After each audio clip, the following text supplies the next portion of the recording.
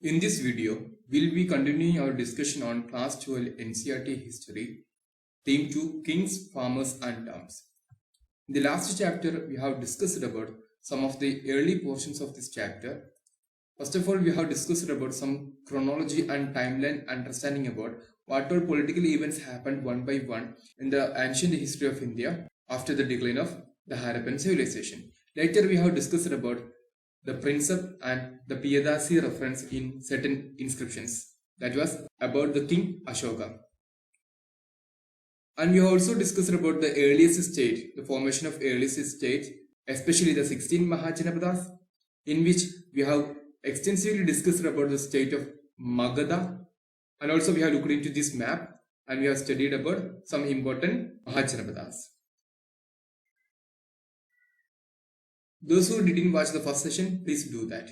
And in this video, we'll be continuing from the early empire.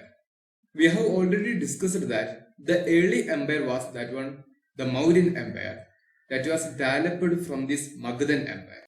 And this Mauryan Empire that was blessed with many rulers such as Chandragupta Maurya, Bindusara, and later comes the most important ruler among the ancient India, that was the king Ashoka.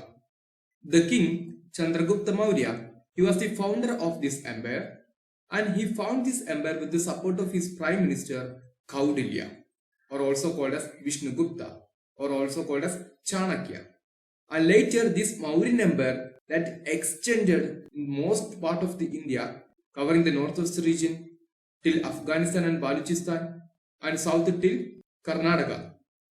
And the third king, Ashoka, he conquered the region called as Kalinga, and that is situated in Orissa.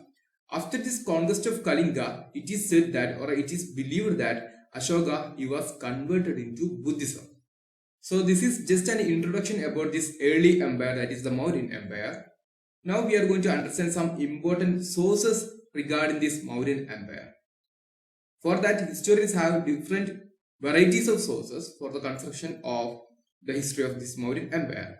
And most importantly, we can see some important archaeological sources and literary sources. In archaeological sources, we can see some important inscriptions, especially of King Ashoka. So most of the Ashokan inscriptions, they were written in Prakrit language. And some were in Aramic and Greek language. And most of the Prakrit inscriptions that were written in Brahmi script. And in some regions, especially in the northwest regions, that they were written in Kharosthi script. And both the Aramic and Greek scripts that were used in Afghanistan region. So what we can see in northwestern region, we can see the Aramic and Greek script. Another important source is that literary sources, especially some foreign and indigenous sources. As part of the foreign source, we can see the account of Megasthenes. Megasthenes was the Greek ambassador in the court of Chandragupta Maurya. And he wrote one important work that is called as Indica. So in this work, Indica, he extensively mentions about India's social and political conditions. Another important source is that Arthashastra. That is written by Kaudilya or Chanakya. We have already discussed about him. Kaudilya or Chanakya, or also called as Vishnugupta. He was the prime minister of Chandragupta Maurya, the founder of Mauryan Empire. And he wrote this work called as Arthashastra. And we have already discussed some of inscriptions of Ashoka in different languages, and that were inscribed on rocks and pillars. And these inscriptions are valuable sources for understanding the history of Mauryas. One important point you have to note about Ashoka is that he was the first ruler who inscribed his messages to his subjects and officials on stone surfaces. This is very important point, you have to learn it. He was the first ruler in the history of India who inscribed his messages in stone surfaces. And for that purpose, he issued certain royal edicts or inscriptions.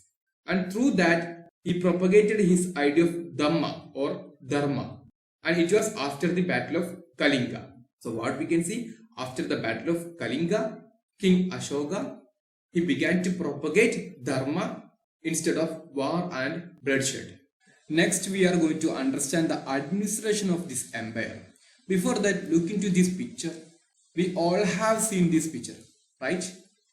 This one is our national emblem, that is the lion capital of King Ashoka itself. And regarding the administration of this empire, first of all, we have to understand that the Mauryan Empire was a vast one. It expanded in the northwestern region, including present-day Pakistan, some parts of Afghanistan, most of the parts of India except the extreme south, covering the regions of Andhra Pradesh, Karnataka, Orissa, Uttarakhand, etc. and etc.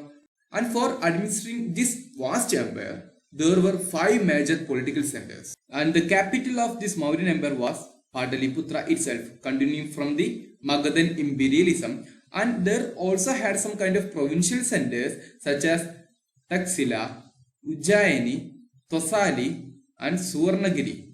And these all were mentioned in the Ashokan inscriptions itself. Now just look into this map. This map contains the major and minor rock edicts of Ashoka, also some pillar inscriptions. This map itself proves that the vastness of the empire, because we can see some important inscriptions of Ashoka or rock edicts of Ashoka from Kandahar, that is in Afghanistan, some other regions such as Taxila. We already discussed this one as one of the provincial city. Some other regions such as Ujjayini, Kalinga, and these are the regions of major Ashokan pillar inscriptions. These sites are very important. In Karnataka, we can see many minor rock inscriptions of Ashoka. So, this map itself proves that Ashokan Empire or this Mauryan Empire had this much of vastness. And we have already told that the Ashokan Empire had some kind of provincial centers such as Ujjayini, Taxila, Suvarnagiri, etc. And these centers were carefully chosen. How you know? Both this Taxila and Ujjayini, and they were situated in the long distance trade routes. So what we can see, these cities connect major trade routes or having some kind of economic significance. And Suvarnagiri, that is probably situated in the region of Karnataka, and it is important for some gold mines. For an effective administration, communication is very important. For that, both the land and riverine routes were very effective and active in Mauryan Empire. And these communication networks that connected these provinces and the local governance. Also, we can see one important reference regarding the army, that is the backbone of this empire. So regarding the army, there is an important reference by Megasthenes in his Indica. And Megasthenes in his Indica mentions about a committee with 6 subcommittees for coordinating the military activity. So what we can see, there was one important committee regarding the maintenance and coordinating the military activity that we can understand from the Indica of Megasthenes. And another important tool for maintaining this vast empire was Ashoka's policy of Dharma or Ashoka's policy of Dharma. We have already mentioned about this Dharma.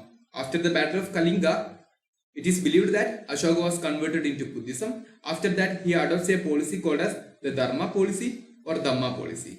And through this Dharma policy, which one was universally applicable, meaning you can see the Indian society was highly diversified. For a better governance, Ashoka introduced this policy of Dharma, and that was highly practicable for a better governance. And for that, he himself appointed some officials called as Dhamma Mahamatas, propagating the ideologies of Dharma. And through this, what we can see, Ashoka tried to build a society of moral and good activity. That was his policy of Dharma. And this is all about the core parts of the Mauryan Empire. Next, we are going to understand the southern kingdoms, that is simply referred as the Sangam dynasty. For better understanding of the Sangam age and Sangam polity, we can use this map. And this is South India, in which what we can see, these regions, they were simply referred as the ancient Tamilagam. Ancient Tamilagam. And in ancient Tamilagam, there were some important polities such as the Chola Nadu or the land of the Cholas. So what we can see, the Chola Empire. And south of Cholas, we can see the land of Pandyans or the Pandyan dynasty. And in parts of today's Kerala, we can see one most important polity or dynasty, they were called as the Cheras. And these three, the Cholas, the Pandyas and the Cheras, they were collectively called as Moovendars. Moovendars, meaning 3 crowned kings. Moovendars. So the Cholas, the Pandyas and the Cheras, collectively called as the Moovanders, that constituted the most important polities of the Sangam age. And this Sangam region is called as Ancient Tamilagam, and this Ancient Tamilagam consisted of present-day parts of Andhra Pradesh, Kerala, some parts of Karnataka and Tamil Nadu. This Ancient Tamilagam, otherwise called as the Sangam Tamilagam or Sangam period. Why this term Sangam is used here? The term Sangam was highly used for the coming together of the various scholars of this period. They came into a particular center and there they produced some kind of literary works. Especially, we have already discussed about the Pandyan region, and there was one capital called as Madurai. Madurai as the capital of these Pandyas, and there we can see the Sangam coming together, the Sangam get together, and there many poets came and they produced their own works. And through these works, we could understand about the Sangam period or ancient Tamilagam or the Sangam dynasties. Hence, these Sangam works are very important. During the polity of the Sangam period, we can see some important reference to chiefs and chiefdoms. Simply, what is a chief? Chief simply means a powerful man and who is the head of this community. And he may or may not be hereditary. So, this chief can be hereditary or cannot be hereditary. And he was the head of this king folk, and his functions mainly included the control of these tribes or the king folk. And he performed some special rituals, conducted leadership, especially in warfare, and he managed or resolved certain disputes. And these were some important functions of these chiefs. But what we can see, there was no regular armies and officials in chiefdom, and this was constituted according to the need of the time. We have already discussed about this post-Mauryan India, in which what we can see, the Mauryan Empire was immediately replaced by one people called as this Shungas. After them comes the Kanvas.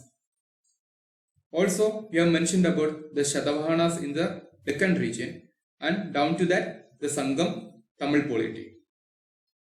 At the same time, we have already mentioned about some foreign invasions, the Indo-Greeks, Shagas, Parthians and Kushanas. We have made an important video regarding the ancient Indian history timeline. You can watch it. Next, we are going to have an understanding regarding this Kushanas. We already mentioned that there were some kind of foreign invasions or establishment by external dynasties in Indian land, such as these Indo-Greeks, Shagas, Parthians and Kushanas, in which we are going to understand some important informations regarding these Kushanas. And this Kushana Empire that was established around the 1st century BC or 1st century AD, and they came from these regions of Central Asia and established in northwestern part of India.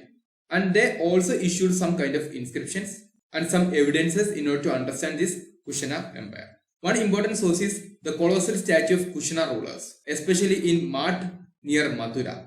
In Uttar Pradesh, you can see one colossal statue of the Kushana ruler, and that is identified as the most important ruler of this Kushana dynasty, and that was Kanishka. Similarly, we can see some important shrines in Afghanistan region. And regarding the nature of these Kushanas, we can see they believed in the divinity of kings, or they believed that they are the representative of gods in earth. That's why the many Kushana rulers, they adopted the title Devaputra or son of God. And this might be possibly inspired by Chinese rulers and who called themselves sons of heaven. So what we can see simply, the Kushanas also had some kind of the divinity in their kingship. And this is some important information regarding this Kushanas polity and nature of administration or nature of their kingship. Next, we are going to understand about this Gupta Empire. I seriously recommend to those who didn't watch that video of timeline, please go and watch it. And we can understand from 4th century onwards, the Gupta Empire is going to rule in India. And this Gupta administration that was highly dependent on the system called as the Samantas. The Samanta system, that's a kind of the feudal system. A system based on land, the land feudatories. And these Samantas, the feudatories, they offered some kind of homage and provided military support to the kings. And sometimes what we can see, these powerful Samantas, they became kings also. So what we can see, the Samanta system, that is the most important nature of this Gupta administration or this Gupta Empire. And we have already mentioned that inscriptions or this archaeological evidence that constitute one of the most important source for understanding the history of past. And here you can see some important inscriptions of this king such as Prashastis. Heard about this one, Allahabad Prashasti.